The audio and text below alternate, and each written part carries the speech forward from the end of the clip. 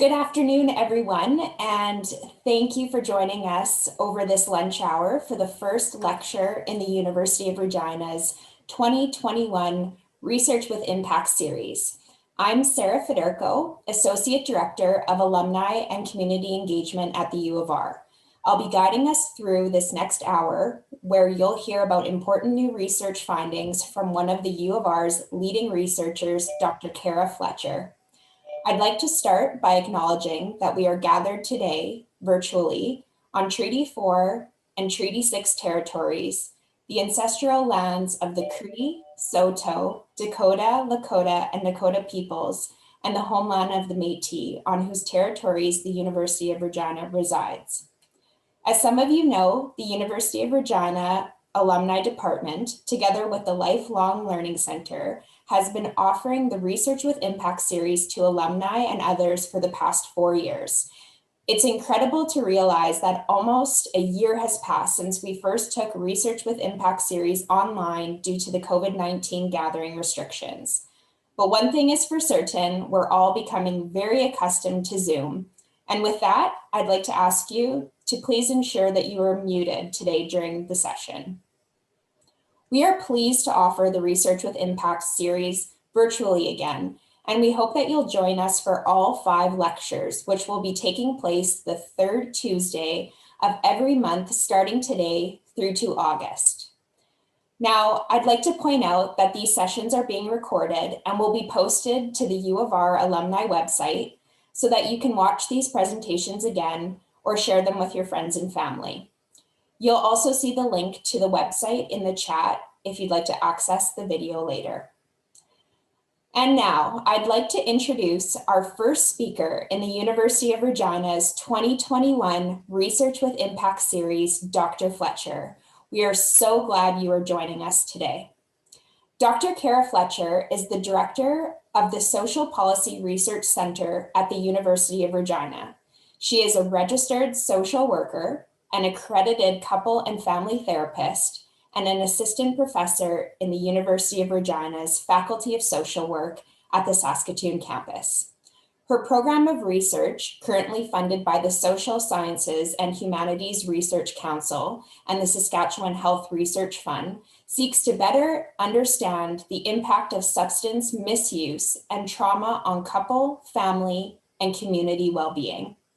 Today, she will be taking us through the importance of language and the words we choose when we talk to or speak about people who use substances.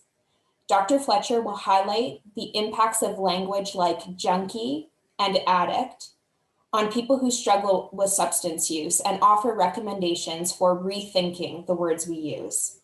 Following her presentation, we have a bit of time for question and answer session. Carrie Strathy from the Lifelong Learning Center will be moderating the Q&A. As you listen to Dr. Fletcher's presentation, please send your questions in the chat feature, which you'll find at the bottom of your screen. We'll be sharing these questions after the presentation and get to as many questions as we have time for. So without further ado, the floor is yours, Dr. Fletcher. Well, thank you so much, Sarah, and thank you for such a nice introduction. It's a pleasure to be with you all here. I'm just going to share my screen here and pull up. I've got a PowerPoint I'm going to share with you. There we go. And so, yes, we are 1 year into working from home here at the U of R. And so my husband, who's also working from home, is in charge of keeping our dogs quiet for the next hour. But I do apologize if you hear random barking. We'll do our best to keep it quiet so that we can focus on the subject at hand today. So I'm going to be talking to you about a piece of research that I did looking at language as it relates to substance use. And so the title of my presentation today is How We Say It Matters, Rethinking Language Around Substance Use. And the first thing just really is to get your own wheels turning about, when you hear the word addiction, for example, what comes to mind for you? What are some associations that you have? And we know that substance use and addictions impact a massive number of Canadians. 8 out of 10 are impacted in some way, either themselves or someone that they love. So this information may also be particularly sensitive for you. So perhaps your own associations have to do with your own experiences. So just to encourage you to kind of think about what comes to mind for me. Is it complicated? Is it, a few different words that pop into my head? Just to be thinking about that as we're going through this talk today. So how I came to do this work, as Sarah mentioned, I'm an assistant professor here in Saskatoon with the Faculty of Social Work, and my research program is largely focused around substance use and mental health. I've started back when I was doing my doctoral work. I was really interested in couple and family work as it relates to substance use, and that's still a big interest for me. So how does this idea of substance use and addiction impact families on the whole? And I also do a lot of practice. So I currently have a private practice here in Saskatoon, and some of my practice experience over the years has been working in both inpatient and outpatient treatment centers for substance use, both in Quebec and in British Columbia as well.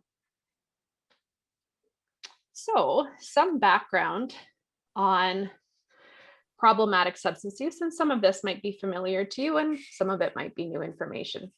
So in any given year, 1 in 5 Canadians experience a mental illness or substance use issue. So a pretty high number. And in Canada, an estimated 21% of the population will meet criteria for a substance use disorder in their lifetime. And I did mention this before, but more than 8 in 10 people living in Canada will be impacted by someone else's substance use issue or gambling addiction in their lifetime. And now there's really great evidence that substance use issues and trauma are inextricably linked. And so we see this relationship being really important in the research that's done today. So what is drug use? What is addiction? And I think we all probably have our own unique definitions. But when I'm talking about drugs, I'm talking about chemical compounds that affect activity in the brain and body. We know that drugs change the way we feel, think, and behave. Drugs can be prescribed, illegal, legal. And I want you just to, again, be thinking about, is this idea of a drug problem socially constructed? So where did it come from? Many of you may be familiar with the war on drugs and some of the policy implications of the war on drugs. And we could have a whole other hour to talk about that. But to really be thinking about, how does our society construct and perpetuate the conversation that we have about drug use and the conversation that we have about addiction? So just to give you a little bit of background in terms of where kind of our framing of addiction has come from, there certainly was the moral model. And in many ways, this continues to be a dominant understanding of addiction.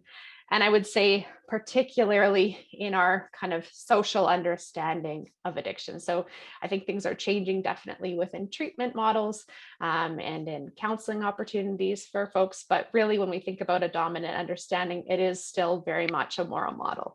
So the moral model is illegal drugs are bad, and using drugs is the result of poor decision making. So dependency on drugs is caused by poor choices and bad behavior. And if that's a belief that you hold yourself, that's okay. That's, what I think one of the things we want to talk about today. And I think in many ways, we are kind of conditioned in our social fabric to see drug use and addiction this particular way still. There's also the disease model, which became really popular in the mid-20th century. And this is the idea that addiction has biological and neurological roots. So addiction is a progressive and permanent disease from this perspective, and that relapse is a normal part of the recovery process. So this framing is then that addiction is a disease of the brain. And so I think we're getting somewhere where we're starting to separate addiction as from being a moral issue and moving into talking about it as more of a health issue. But this model's also been criticized because it neglects social context, human agency, and the various implications of the social determinants of health. So kind of how I think about addiction, And I think, the harm reduction movement fits well within this perspective, comes out of critical addiction studies, which looks at addiction through a holistic and multidisciplinary approach. And so considers that drug use is affected by our own biology, individual traits, social issues, so including things like class, poverty, racism, and then life events. What happens to you in your life, and what are the impacts of that might lead you to a particular type of drug use? Critical addiction studies also considers that there can be benefits to drug use for the person using them, including illegal drug use. And this is a really simple example, but we know that caffeine within itself is a drug, right? And so if we think of the morning cup of coffee we have, and the benefit it brings to our day, that's just a small example of how, in some ways, drug use can be beneficial in our own functioning. And so that can extend to other drugs as well. If you think of medications that people use, that sort of thing. So not all people who use drugs struggle with their substance use. And I think that's often a mythology that gets perpetuated, particularly with drugs that are not currently legal or decriminalized. And all drugs carry risks. However, most people do not experience significant problems because of their use. So critical addiction studies ask us to think about addiction certainly as a legitimate health issue, but also to contextualize addiction within our society, within all the other interacting factors that can play a part. So current social attitudes towards substance use, I think, continue to be challenging. There continues to be harmful stigma around substance use and addiction. Substance use is considered certainly on a hierarchy, with socially acceptable drugs at the top and unacceptable drugs much more towards the bottom. So these hierarchies can are reinforced through things like systemic racism and classism, harmful drug policy, and the ongoing contaminated drug supply. So people who use drugs or who are affected by substance use rarely have opportunities to publicly influence how we talk about drugs, or how we structure treatment, or how we develop policy related to substance use. And I think this is something, particularly in Saskatchewan, that's at top of mind. We just had the provincial government deny funding to the safe consumption site here in Saskatoon for the second year in a row, choosing instead to fund other harm reduction initiatives, which was, I think, quite disappointing to the folks who run Prairie Harm Reduction here. And now we've seen this massive community approach where a bunch of businesses are trying to raise money to keep this valuable service going. And it becomes quite an interesting conversation. We're talking about current issues happening in our own province right now. So here's just some examples from the media when I was just popping these terms into Google Images. Here's what comes up, right? And I think when we talk about the terms that get associated with substance use, they're quite pathologizing, they're quite derogatory, and they paint a picture of someone as out of control. And often this idea of injecting drugs seen as unsavory, and that these terms kind of paint this picture as people as being less than or othered. So when we're talking about addiction, we are othering the person whom we are talking about.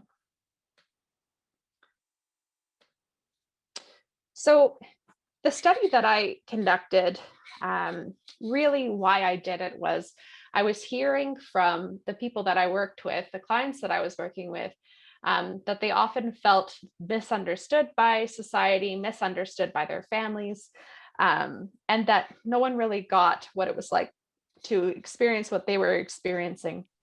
And so I was curious how they understood the language around substance use. And I was curious about how the people who treat individuals coming to substance use treatment understand this language and understand these issues. And so back in 2018 to 2019, I conducted interviews with 11 individuals accessing an outpatient substance use treatment center and 10 clinicians who were providing substance use treatment here in Saskatoon. And I asked participants to describe treatment experiences, relapses, and in general, how they felt about their own experiences within kind of this idea of addiction and living with this label of having an addiction. So participants were interviewed in person. This was pre-COVID at the outpatient treatment center in a private location, and interviews were recorded. Interviews ranged between 20 minutes and 2 hours, depending on the participant. And participants were compensated with a gift card for their time. And to just say right now, I really appreciate these were folks giving their time to share what it's really like for them in the midst of their own treatment experiences. So, and for the clinicians in the midst of their own work. So it was really appreciated that they took the time to participate in this study. So with the help of a research assistant, we transcribed the interviews. We used a qualitative analysis software to conduct our thematic analysis. And what we did was we pulled out all the relevant themes that emerged from the data from this set of transcripts that we had. And so what were our findings? So both clinicians and participants who were accessing treatment identified existing language around substance use creates unnecessary and potentially damaging barriers. And so this emerged within 4 major themes and 2 sub-themes. So the first theme was it impacted their willingness to return to treatment after a relapse, or if they were still currently using substances. And within that theme, there was the sub-themes of feeling shame and having their self-esteem quite impacted. They also talked about the impact of language on their family relationships. So there's that their family sometimes misunderstood or struggled with their substance use issue. And as a result, their relationship wasn't very strong as they were trying to work through it. It impacted their integration into other types of support, including peer support groups. And they said in many ways, a lot of the language that's attached to substance use and substance use treatment didn't really fit their own personal experience. So they felt sometimes like these ideas were being applied to their experience, but weren't really a good fit in terms of what was real for them. So the first theme being reluctance to return to treatment after a relapse or still using.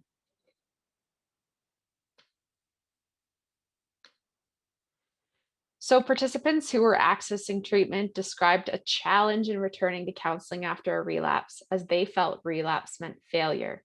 And so if we think back to that moral model that I was mentioning at the beginning, this idea that it's your fault, and if you mess up and use again, it's also your fault, right?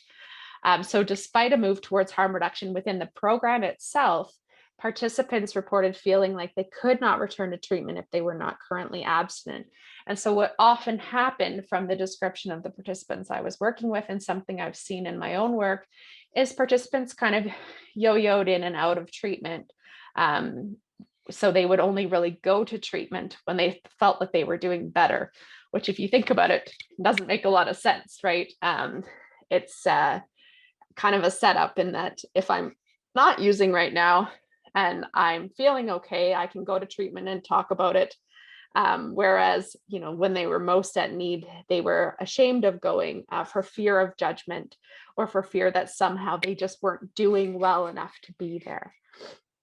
And the clinicians that I spoke to also observed this pattern and certainly attributed it to shame and low self-esteem. So these observed and described feelings suggest an ingrained belief that addiction is caused and perpetuated by the individual. So these are just some excerpts from the data that I wanted to share with you to kind of paint a picture of what I'm talking about. So this was a clinician who said, and know that, let's talk about it. It's not about me being judgmental or them being punished, right? Because different people have different roles in their lives, where if they shared that they had relapsed with that professional, there might be some consequences.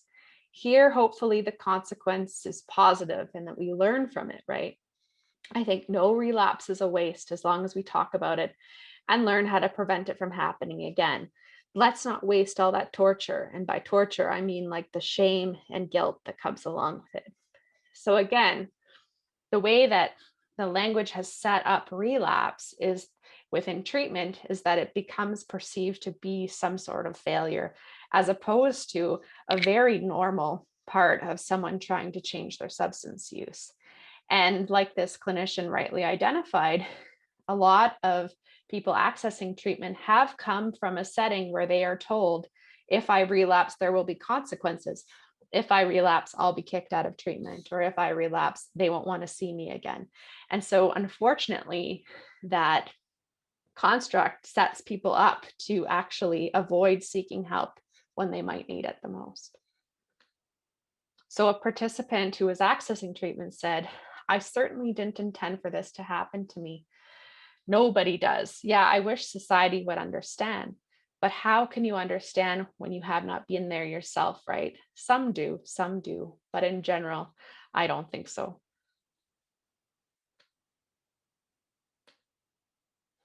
And another clinician said, it also could tell me, so this is, they're referring to when someone didn't come back after a relapse. It also could tell me that they're really ashamed and don't feel like they can come back when they've failed, right?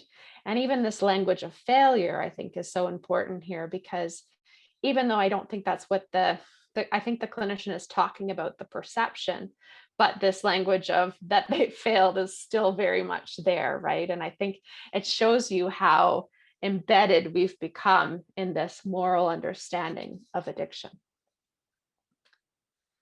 A participant says, recovery is definitely a journey. And it's a journey of self-worth, a journey of self-love, a journey of not judging ourselves so harshly, a journey of being kind to ourselves. And it's also a journey of when you relapse. It's a journey of reaching out. And I was never one to do that. I think they capture what I'm talking about here really well. And another clinician said, I think for a lot of them, it's pretty defeating, right? Like they relapse and they feel like shit, for lack of a better word, like just that shame that they feel over what they've done.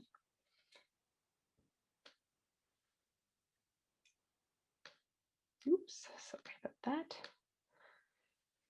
And another says, it's like education around addiction. There's a real lack of education around what it is. And people think that it's just like you're not strong enough, or you'll never stay clean or whatever, right? Like just that they don't understand. And I struggle too, explaining this to my partner, right, or whatever, that it's not just about a decision that I don't want to use anymore. It's more like, it's like your body is telling you need to do this. It's not, I think what would help is more education around what it is, because I think there's a lot of stigma out there and stereotypes about people with addiction. People don't understand what they mean. Like, it's not that they're a bad person or they're weak. And just to highlight here too, that this clinician uses that word staying clean, right? And this is very common in treatment language and language in peer support groups. And one of the things that one of the participants talked about in the study is that clean then paints this picture that if you're not clean, that you're somehow dirty. And again, it plays into this idea of othering people who are living with substance use issues, and suggesting that there is something dirty about that. So family relationships was the second theme that came up in the data here. And participants described the challenge of family members not understanding their substance use and often blaming them for it. And I think it's important to note here that if you have ever lived with someone with a substance use issue or loved someone with a substance use issue, it's incredibly, incredibly difficult. And there's things about it that are very frustrating and can make you feel incredibly helpless. And so I think some of these reactions do come from that very real place, right, of loving and caring, but just not knowing what to do. And then sometimes there's not a lot that you can do.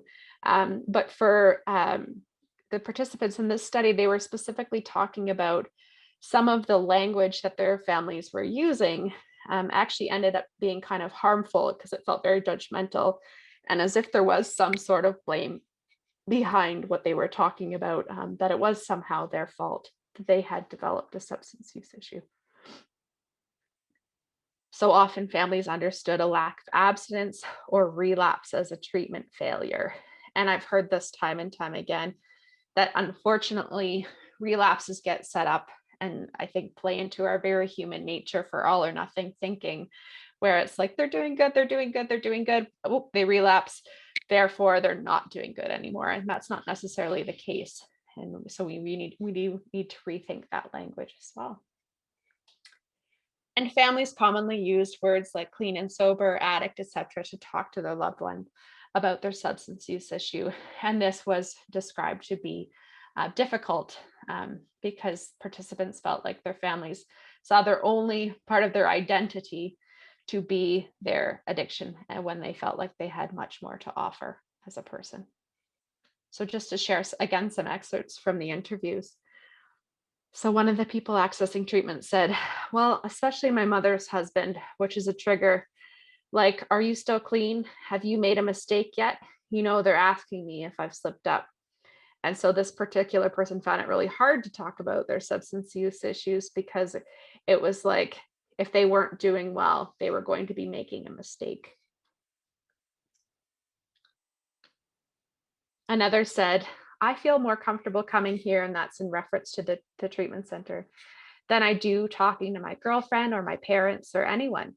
This is probably the only place because it's nice. I've had a long relationship with, they named the counselor and this place, but I can still there's still set boundaries and stuff like that, and a lack of judgment and nothing but support. So it's a safe, good place to come to. Another said, and I blame myself. I felt so ashamed that my God, my parents must just right devastated.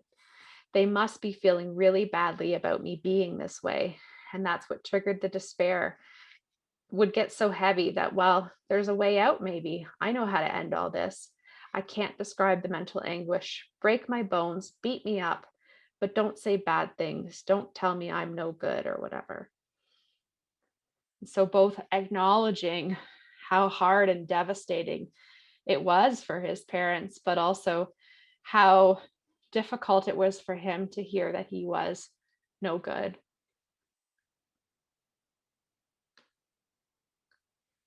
And so the third theme referenced peer support programs and some of the language that comes up in peer support programs. And so when I'm talking about peer support, most of the mentions were about 12-step programs. So with the caveat that these programs were identified certainly as helpful, but also as places where language could become pathologizing for the participants. And so one of the reasons for that is 12-step programs have many slogans designed to give their members a common language for support. So it's intended to be a positive thing. And they're kind of phrases that people who attend the programs can repeat or use as a kind of inspiration. You may have heard one day at a time. There's countless ones within 12-step programs, but these folks who are participating in this study identified the ways that if they didn't fit those slogans, that sometimes they felt that they were judged for not kind of fitting in with the language of what a 12-step program meant. And so just some examples from those experiences. So one person said, and it's like, no, we're all trying to be better. We're all trying to work towards something more positive in our lives. So why put up a barrier of 90 meetings in 90 days? Because most people will give up after 20. Because like, who's going to go to 20 AA meetings in a row? You're making yourself worse because you're just living up to these expectations that are unattainable. You want something attainable that's tangible for you, not for somebody else. And someone else said, oh, well, you're not working the program, which is another phrase that's often used, and blah, blah. And I'm like, well, I'm working a program for me. I'm not working a program for you. And another said, you get these really narcissistic expletives that are in the 12-step programs. Well, I came in, I never relapsed, not once, I never relapsed. I never had the need to. I did exactly as I was told, and I did it, and I haven't picked up since. So yeah, I got like the hot chick. I go to the gym, I got a nice car and a good job, and I'm like too good for newcomers because they just keep relapsing. So I'm just going to sit in judgment of them, right? Because it boosts my ego and it makes me feel good. And so this person is referencing an experience that they had within a 12-step meeting where they felt judged for struggling. Another said, through AA, I had a sponsor for quite a while, and I would talk to him. I'd say, man, there's a whole bunch of other shit going on in my life, And he's like, take away the booze, your life will get better instantly. Then I'll just be a miserable sober person instead of a miserable drunk person. Is that success? Not for me, it's not. And so again, this was talked about more than once by the participants, that this feeling misunderstood, that the drug use itself, the substance use, was the issue, was the only issue, when they felt that actually it was a lot more complicated than that. That in fact, if they left the substance use, that they would just be, like this person said, I'd still be a miserable person. And so what does that actually mean? And so a misunderstanding of the needs of the individual who was accessing support. So this was the final theme, and I think kind of nicely ties together what the participants were talking about, which is this idea that the language just does not always fit. So participants described that recovery and relapse language does not always fit their individual experience or work for them in terms of how they understand their situation. And the participants, who were clinicians, also identified that words used to talk about problematic substance use could be pejorative or derogatory. And that was something that a couple of them mentioned they were kind of constantly working through.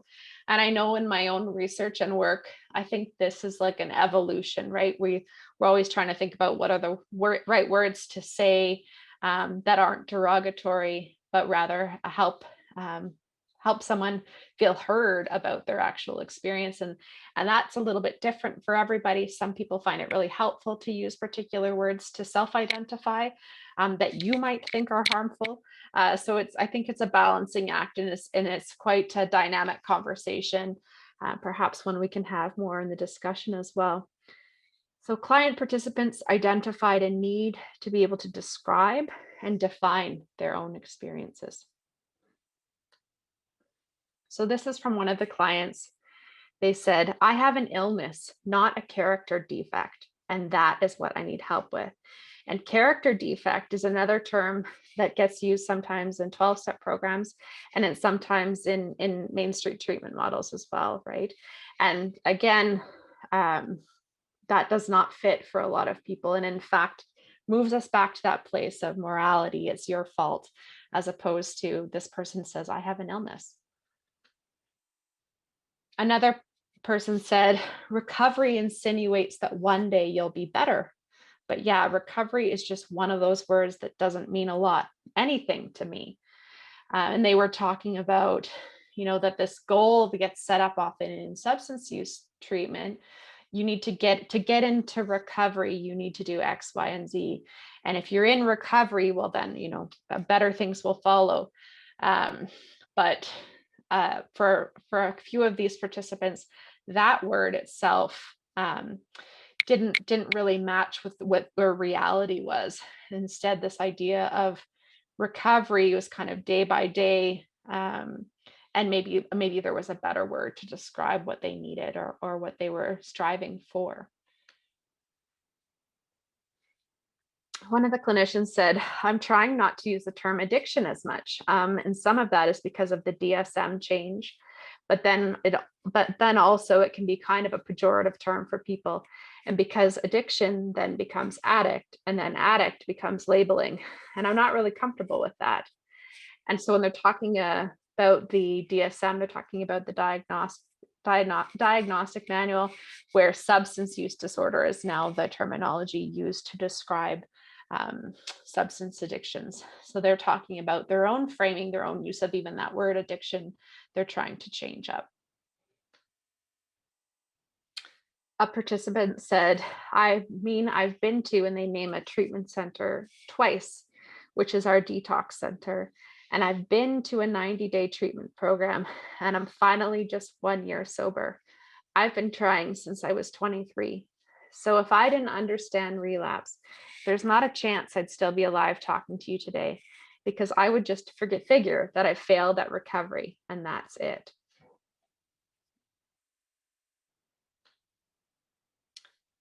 Another said, I was told all them years, you're an addict, you're an alcoholic. The only thing you have to do is stay away from booze and quit drinking and whatever, and your life is going to be wonderful.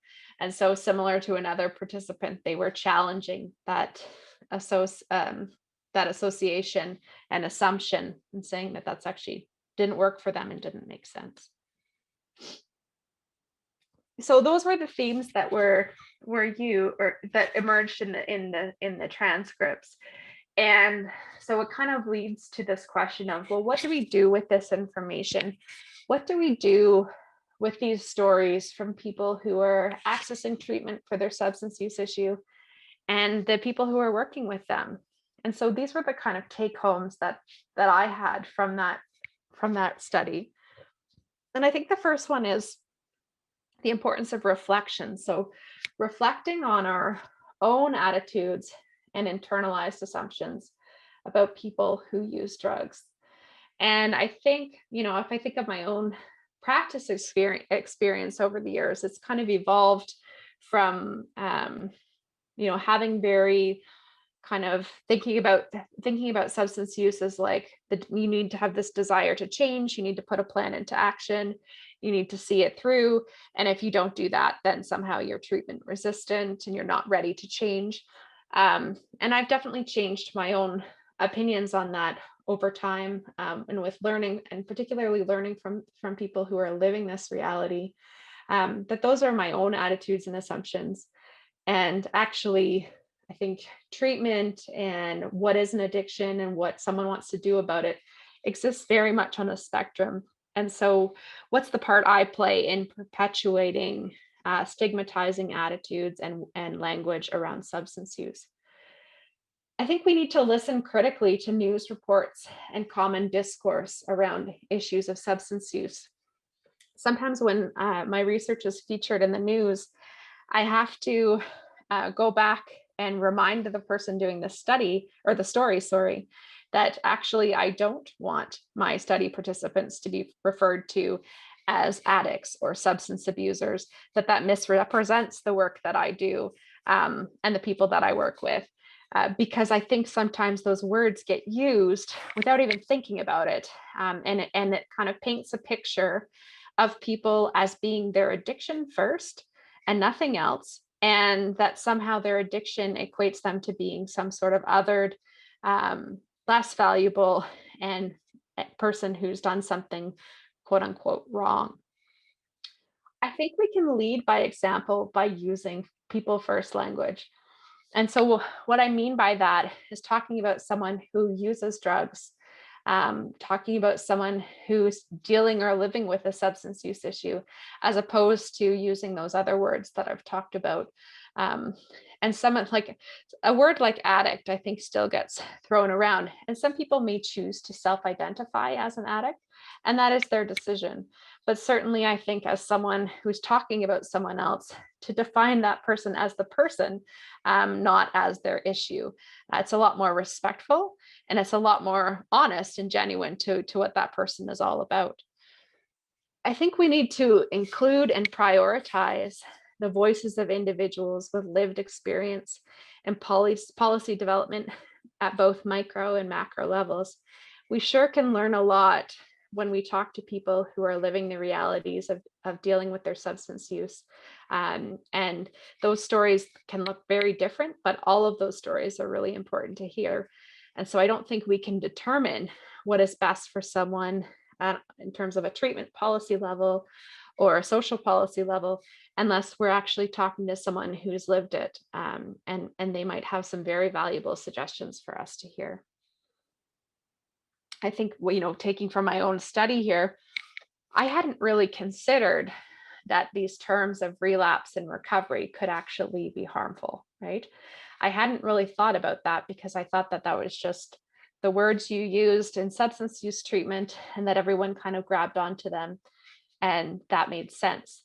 But I learned a lot from the people I was talking to that that's actually not always helpful. It's not helpful to suggest that somehow a relapse is, this move away from recovery, when in fact it may be a part of someone's healing journey. And maybe we need to rethink those words entirely.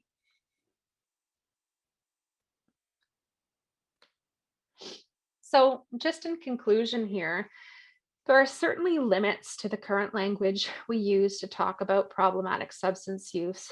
And even treatment language like recovery and relapse have developed out of a persistent social understanding of addiction as an individual and moral failing, as opposed to a limited health issue. And so ongoing reflection and critique of the words we use is needed. And so thank you so much for listening to that. And I'm happy to open it up now to questions. Thank you, Dr. Fletcher. That was really informative and eye-opening. And like I mentioned at the beginning, Carrie, I believe you and Hertha are going to pose some questions for us. Hello, Hertha here. I got a question from Bob Reed. You mentioned that drug users said other people's views of their experience do not match their experience of drug abuse. Isn't getting that person to realize their view of their experience with drugs is not accurate the first step in treatment? So I'm just making sure that I understand the question. So drug users.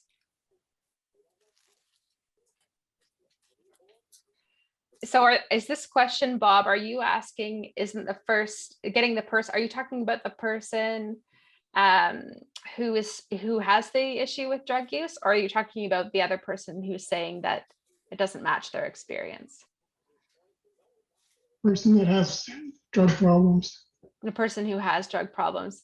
Well, I don't think that is necessarily the first step in treatment, because we don't necessarily know that their own view of their experience is inaccurate. And in fact, what we would want to do in treatment is to say, what are you struggling with? And what do you want to do about it, right? And I think we've moved away from this assumption. Not everybody wants to be abstinent, for example. We're starting to really operate from much more of a harm reduction perspective, where we kind of help people achieve whatever the goals that they have on their own. So I'm just hearing a little bit of feedback, but I think just important to say that certainly we're not here to tell someone else that their view of their own issue is not accurate necessarily at all.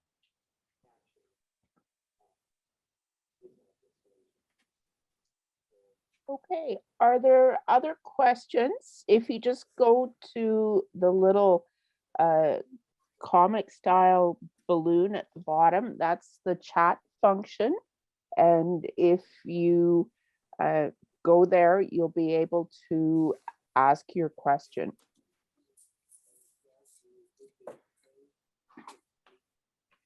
And all you need to do after you type it in is just push the enter on your keyboard and it will get through to us.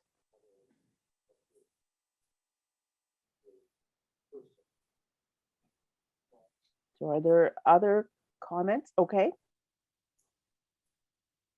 I see we have a few. Hertha, would you like to read those questions out? Okay, from Elsa, what are the next steps for you now that you have this research? Yeah, so I'm actually working on two different projects right now.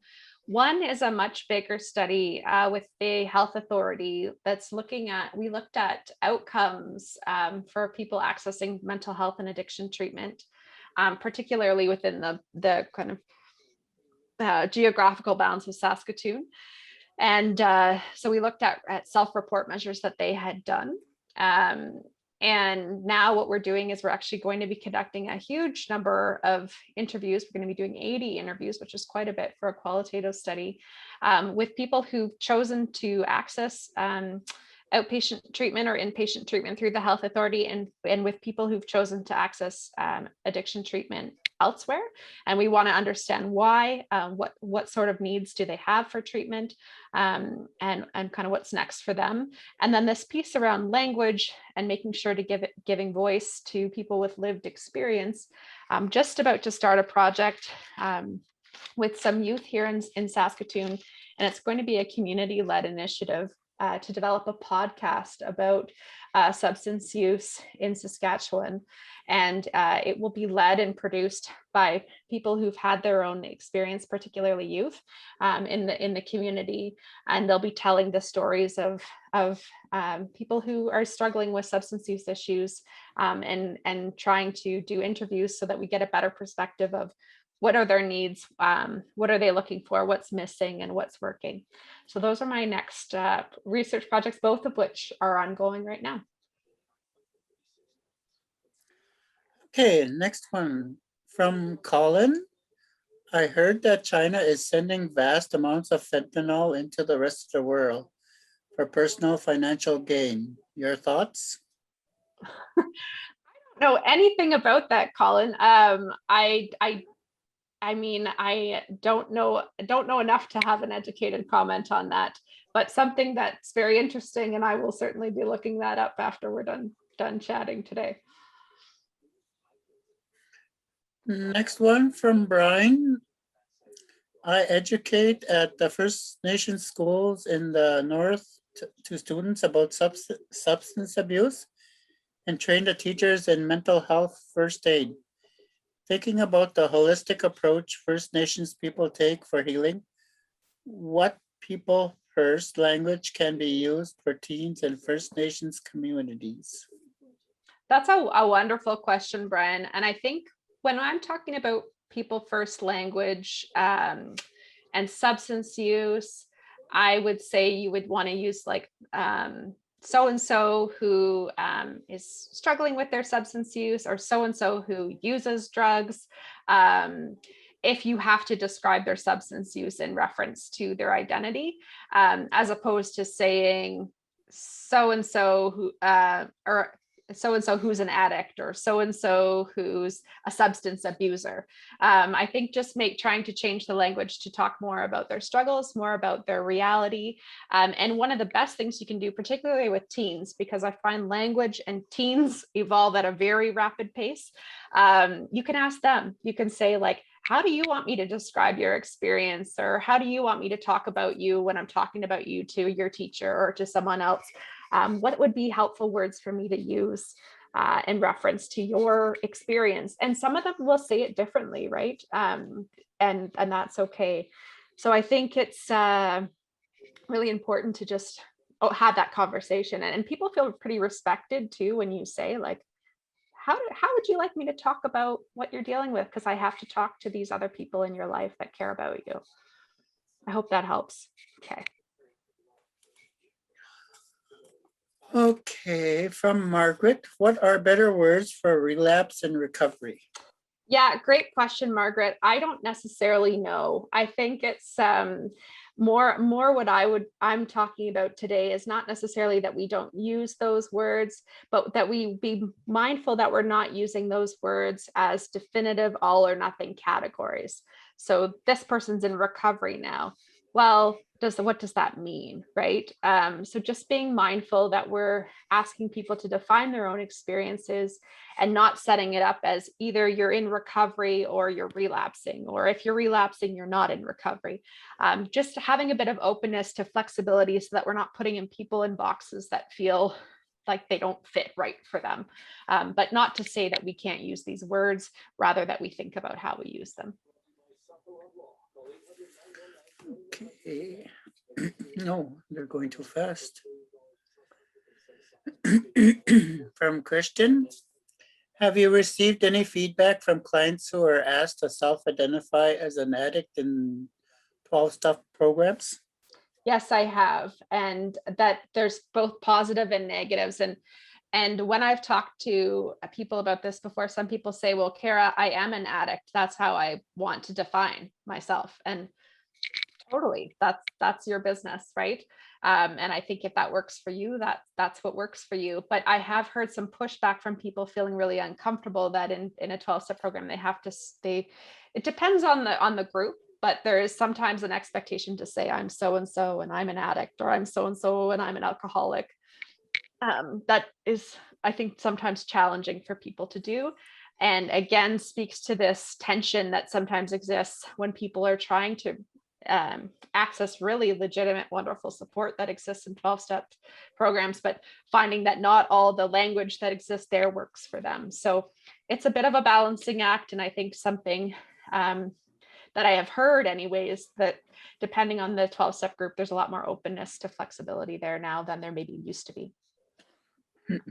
Okay, here's a really long one from Cindy. Thanks, Kara. I have been involved in sub-AB programs for many years and now teaching nursing students.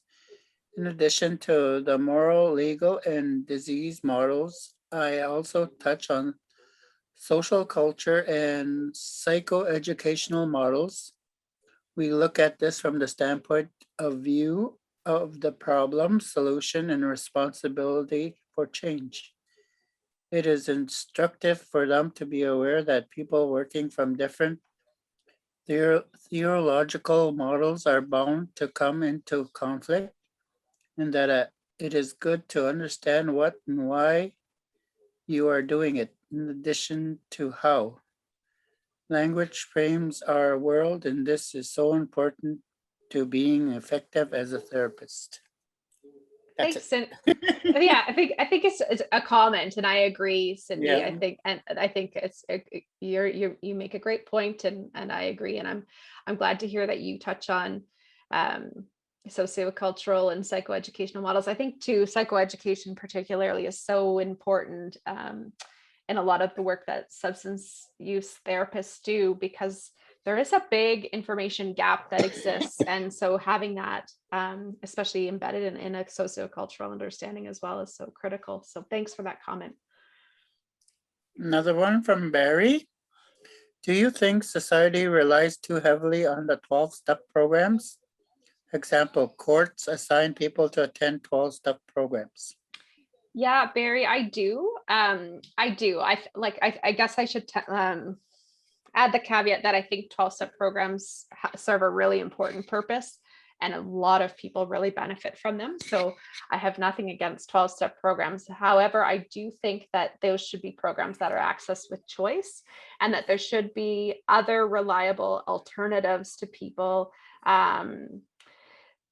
to be assigned to something else, some sort of, I think harm reduction should be an option. I think that, relying on a peer support model for follow-up for people doesn't make a lot of sense because it doesn't work for everybody. So assuming that a one-size-fits-all approach is going to be effective, I think is a total myth. We know that's not going to work. So I think we need to have alternatives in place that are evidence-based, and we need to provide more than one option to people so that they feel like they're selecting what's best for them. I think it's humane to do so. Okay, from Bob again. In regards to the fentanyl question, the thing about it is that only very small quantities are needed. not vast amounts. The ingredients that are used to make fentanyl often come from China, but it is usually produced locally. Yeah. Thanks, Bob. Yeah, I think it's, well, I think if I can say one thing about fentanyl is we do know that in Saskatchewan, since the pandemic started, there's been a huge increase in fentanyl use, often unknown, which is leading to very tragically a lot of overdoses. That fentanyl's being, other drugs are being laced with fentanyl more and more frequently. And I think your point is very true that it doesn't take much fentanyl to be a very lethal dose. So yeah, I think fentanyl is it's a reality in Saskatchewan, and it's very, very dangerous.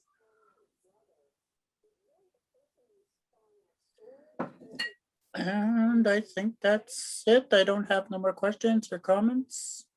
Okay. Okay, does anybody have a comment? We still have a couple of minutes before we wrap up.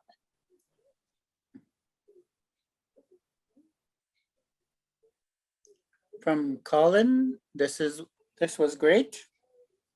Thanks, Colin.